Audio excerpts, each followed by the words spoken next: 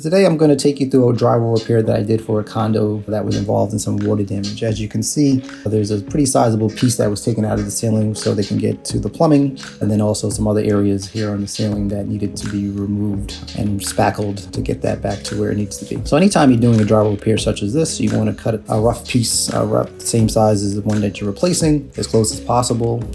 After that, you want to secure it with some drywall screws. I used about 1.5 inch drywall screws to secure it to the joist. Then you're going to mud the entire perimeter of the area and then use your joint compound tape in conjunction with your joint compound knives to feather that all in. After that, then you're going to do some joint compound across the entire surface. Wait about 24 hours before you add some additional mud. You don't want to add a lot of mud because the more mud that you add, the more mud joint compound you're going to have to sand off. Anyone that's dealt with joint compound, sanding is very, very dusty. So you want to minimize as much of that as possible. After you've done all your sanding using a drywall screen sander, then you want to prime the entire surface before you apply your paint. On this particular instance, obviously we're working with a ceiling, so I did some painting across the entire surface with a primer, and then came back and did 2 coats of flat dead white ceiling paint and blended it all in across those areas that were affected. And that's your drywall repair.